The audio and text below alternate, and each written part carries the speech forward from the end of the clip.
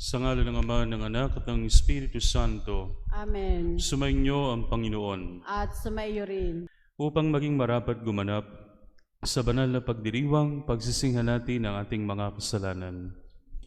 Sinugong tagapagpagaling sa mga nagsisisi, Panginoon, kaawaan mo kami. Panginoon, kaawaan mo kami. Dumating na tagapaganyayang ang mga makasalanay magsisi, Kristo, kaawaan mo kami. Kristo, kaawaan mo kami. Nakaluklukan sa kanan ng Diyos Ama para ipamagitan kami, Panginoon, kaawaan mo kami.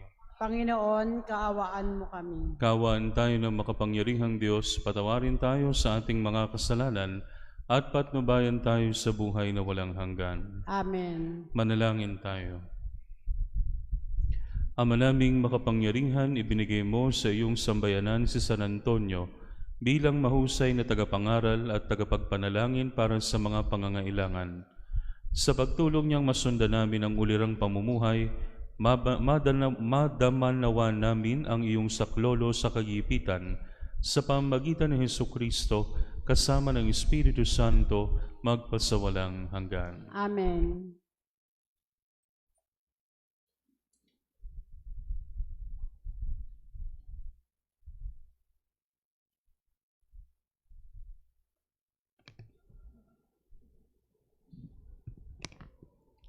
Ang salita ng Diyos mula sa ikalawang sulat ni Apostol San Pablo sa mga taga-Korinto.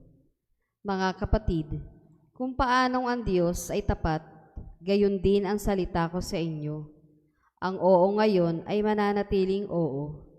Ang anak ng Diyos, si Jesucristo na ipinangaral namin ni Silvano at Timoteo ay hindi oo.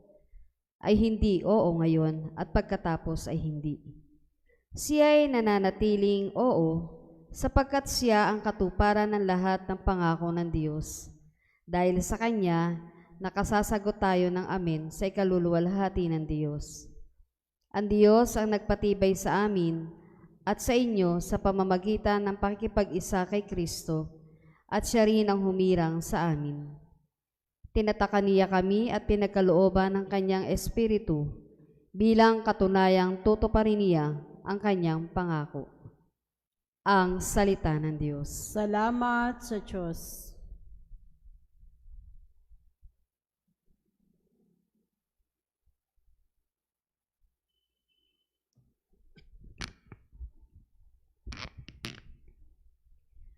Sa ngalan ng may kapal, tayo ay tinutulungan.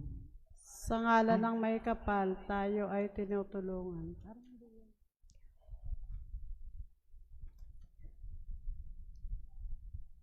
Ano na?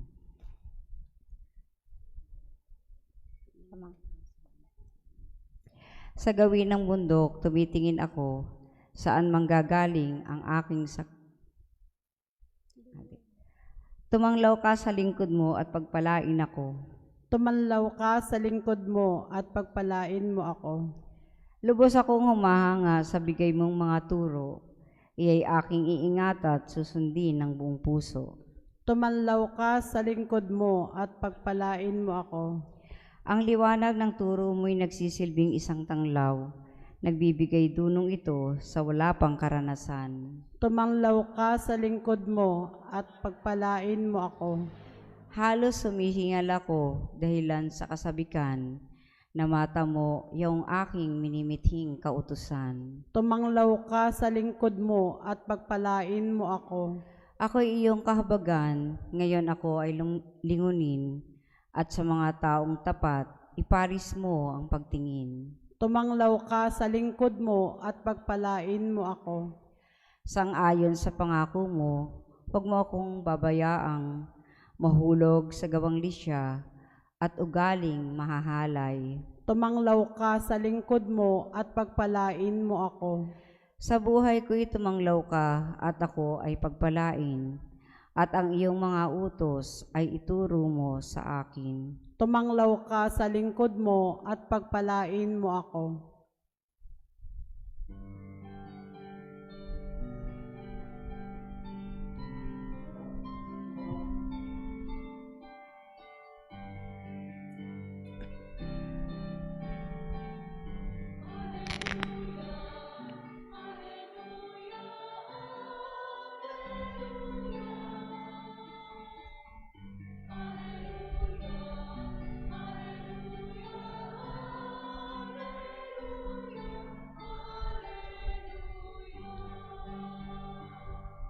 Sumainyo ang Panginoon. At sumaiyo rin. Ang mabuting balita ng Panginoon ayon kay San Mateo.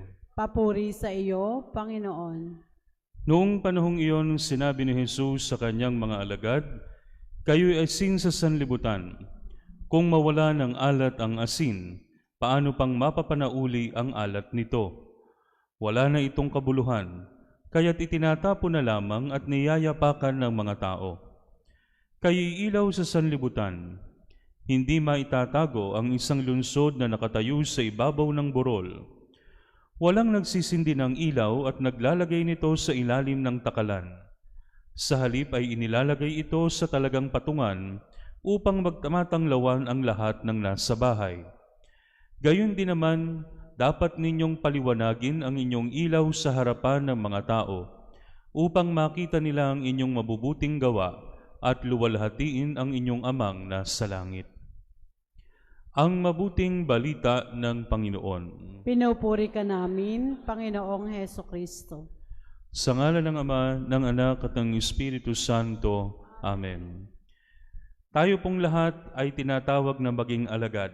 Pero paano po tayo magiging alagad, mga kapatid?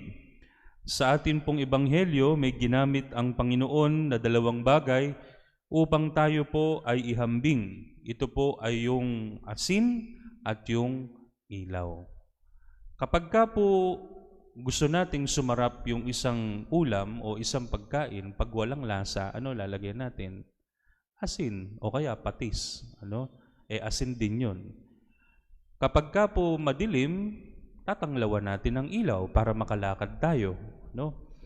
Mga kapatid, sa buhay Kristiyano, minsan po nawawalan tayo ng lasa.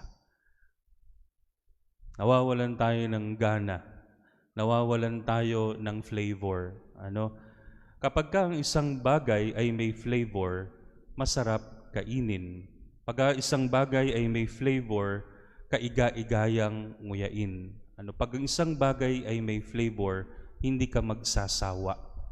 Hingin natin, mga kapatid, sa Panginoon na sana po ay magkaroon pa rin tayo ng lasa hanggang ngayon.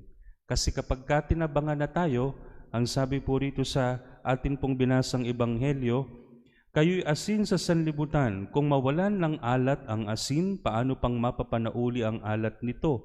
Wala na itong kabuluhan, kaya't itatapon na lamang at inaapakan ng mga tao." Worthless na kapag wala na. Ganon din naman, mga kapatid, kung meron pong kadiliman sa ating paligid, dapat tayo ang magbigay tanglaw doon sa mga bagay-bagay. Kapag madilim ang isang lugar, hindi natin nakikita yung dumi. Hindi po ba? Kapag naglilinis kayo ng bahay, hindi naman kayo maglilinis ng hindi binubuksan ng ilaw o hindi umaga. Kaya sinasabi, bawal kang magwalis sa gabi. Pamahiin yun. Pero saan po ba galing yun? Kasi hindi mo naman makikita ng maayos yung dumi kapag nagwalis ka sa gabi. Pero kapag nagwalis ka ng may liwanag o buksan mo yung ilaw, magwalis ka, makikita mo yung dumi. Makikita mo yung dapat mong ayusin. Makikita mo yung dapat mong lakaran. Makikita mo yung dapat mong puntahan. Kapag may liwanag, mga kapatid, at merong asin, meron pong flavor at merong guidance and revelation. Mga kapatid, minsan ito po ang nawawala sa ating mga Kristiyano kasi merong hamon ang buhay at meron tayong hamon sa buhay na kanya-kanya. May mga nawawala sa atin. May mga nawawalang attitude, may mga nawawalang devotion, may nawawalang enthusiasm, may nawawalang charity, mayroong nawawalang mga bagay na dapat nandun.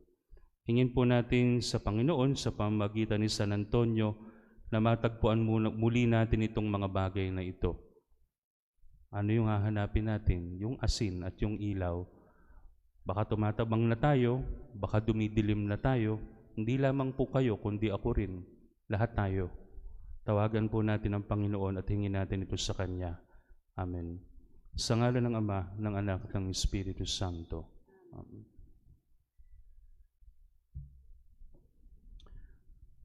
Sa bawat panalangin po ang ating itutugon,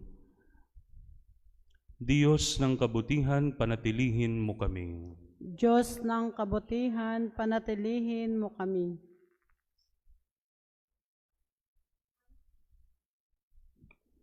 Ang simbahan, naway ipakita ang kapangyarihan at ningning ng Espiritu sa lahat na naghahangad ng katotohanan. Manalangin tayo sa Panginoon. Diyos ng kabutihan, panatilihin mo kami. Ang mga lalaki at babae na pinagkatiwalaang magpasya para sa ikauunlad ng mga tao, naway maliwanagan ang kinang ng Ebanghelyo.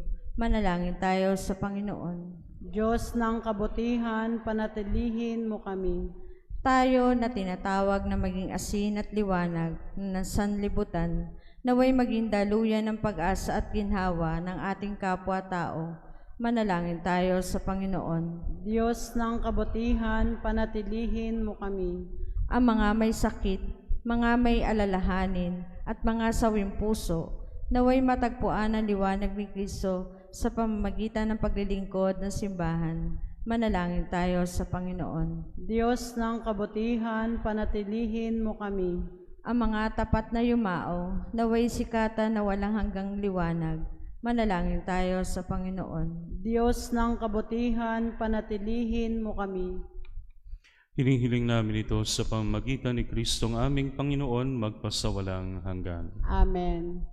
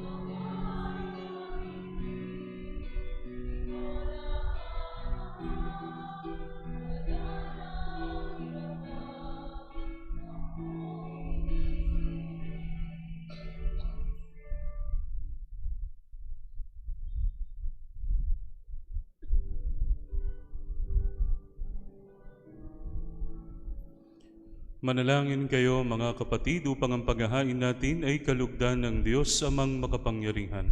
Tanggapin nawa ng Panginoon itong paghahain sa iyong mga kamay, sa kapurihan niya at karangalan at sa ating kapakinabangan at sa buong sambayanan niyang banal.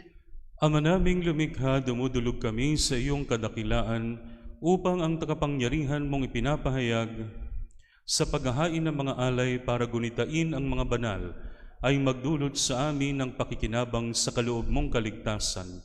Sa pamamagitan ni Hesukristo kasama ng Espiritu Santo, magpasawalang hanggan. Amen. Sumainyo ang Panginoon. At sumaiyo rin. Itaas sa Diyos ang inyong puso at diwa. Itinaas na namin sa Panginoon. Pasalamatan natin ang Panginoong ating Diyos. Marapat na siya ay pasalamatan. Ama naming makapangyarihan, tunay ngang marapat na ikaw ay aming pasalamatan sa pamamagitan ni Hesukristo na aming Panginoon. Siya ang katuwang mo at kapiling noong ang lahat ng umiiral ay iyong likhain.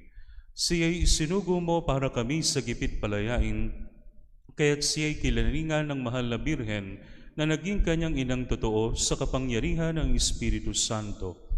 Inako niyang sundin ang loob mo at kamtin ang sambayanang banal para sa iyo. Pinagtiisan niyang iunat sa krus ang kanyang mga kamay upang magwakas ang kamatayan at mahayag ang pagkabuhay. Kaya kaisa ng mga anghel na nagsisiawit ng papuri sa iyo nang walang humpay sa kalangitan, Kami nagbubunyi sa iyong kadakilaan. Sa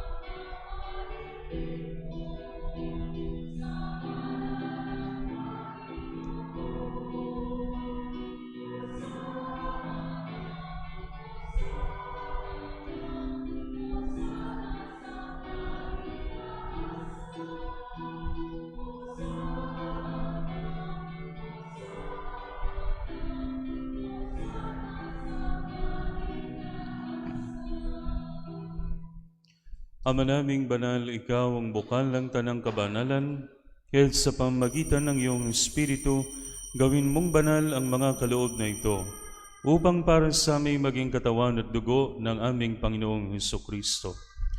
Bago niya pinagtiis ang kusang loob na maging handog, hinawakan niya ang tinapay, pinasalamatan kanya, pinaghati-hati niya iyon.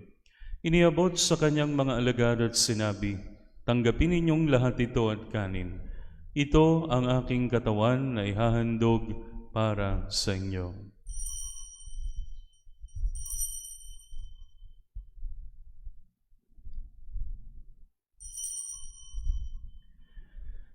Gayun din naman nung matapos ang hapunan, hinawakan niya ang kalis, muli kanyang pinasalamatan.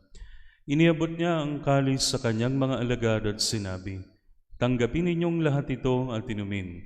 Ito ang kalis ng aking dugo ng bago at walang hanggang tipan. Ang aking dugo na ibubuhos para sa inyo at para sa lahat. Sa ikapagpapatawad ng mga kasalanan, gawin ninyo ito sa pag-alala sa akin."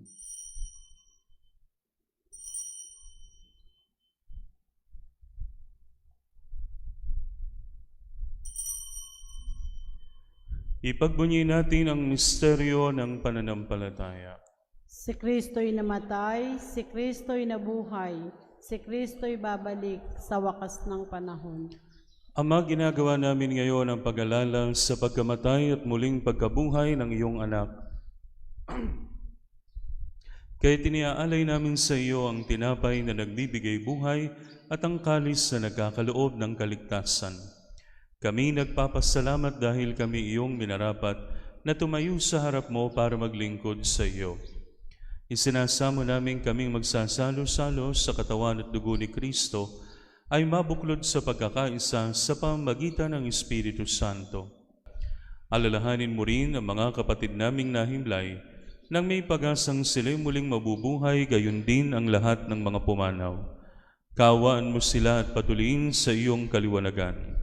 Kaawaan mo at paging dapatin kaming lahat na makasalo sa iyong buhay na walang wakas, kaysa ng mahal na Birheng Maria na ina ng Diyos, kaysa ni San Jose, kaysa ng mga apostol at lahat ng mga banal na namuhay dito sa daigdig ng kalugod-lugod sa iyo. May pagdiwang nawa namin ang pagpupuri sa ikararangal mo sa pamamagitan ng iyong anak na aming Panginoong Hesukristo. Sa pamamagitan ni Kristo, kasama niya at sa Kanya, ang lahat ng parangal at papuri ay sa iyo, Diyos amang makapangyarihan, kasama ng Espiritu Santo, magpasawalang hanggan. Amen. Sa tagubilin ng mga nakagagaling na utos sa turo ni Jesus na Panginoon natin at Diyos, ipahayag natin ang lakas loob.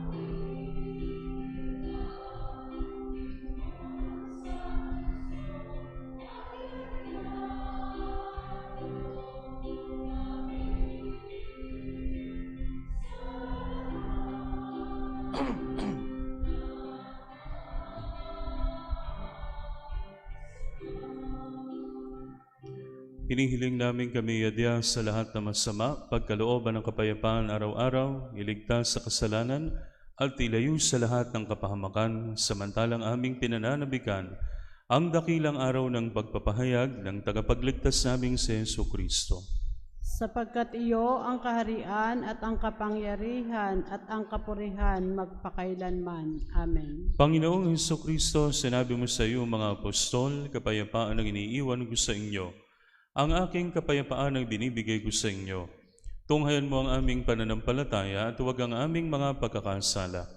Pagkalooban mo kami ng kapayapaan at pagkakaisa ayon sa iyong kalooban, kasama ng Espiritu Santo, magpasawalang hanggan. Amen. Ang kapayapaan ng Panginoon ay laging sumainyo. At sumaiyo rin. Magbigayan kayo ng kapayapaan sa isa't isa.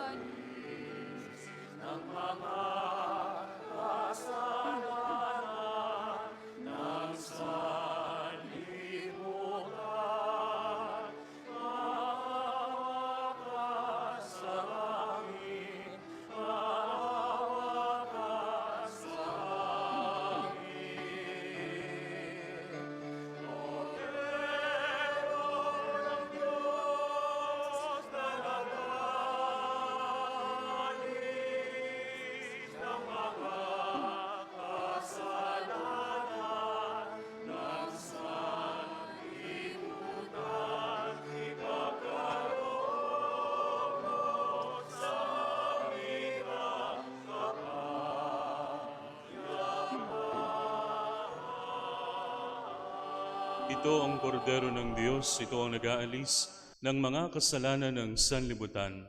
Mapalad ang mga inaanyayahan sa kanyang banal na piging. Panginoon, Hindi ako karapat-dapat na magpatuloy sa iyo, ngunit sa isang salita mo lamang ay gagaling na ako.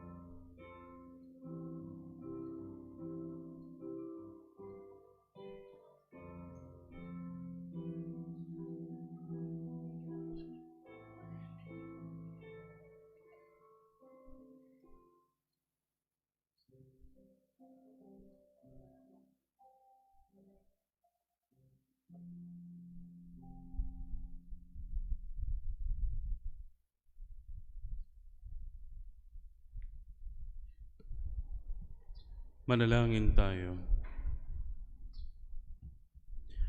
Ama naming mapagmahal, ang tinanggap naming banal na pakikinabang ay maghanda nawa para sa aming pagkakamit ng kaligayahan sa pamamagitan ni Hesukristo kasama ng Espiritu Santo magpasawalang hanggan. Amen. Sumainyo ang Panginoon At sa iyo rin. at pagpalain kayo ng makapangyarihan Diyos Ama, Anak at Espiritu Santo. Amen. Humayo kayong taglay ang kapayapaan ni Kristo. Salamat sa Diyos.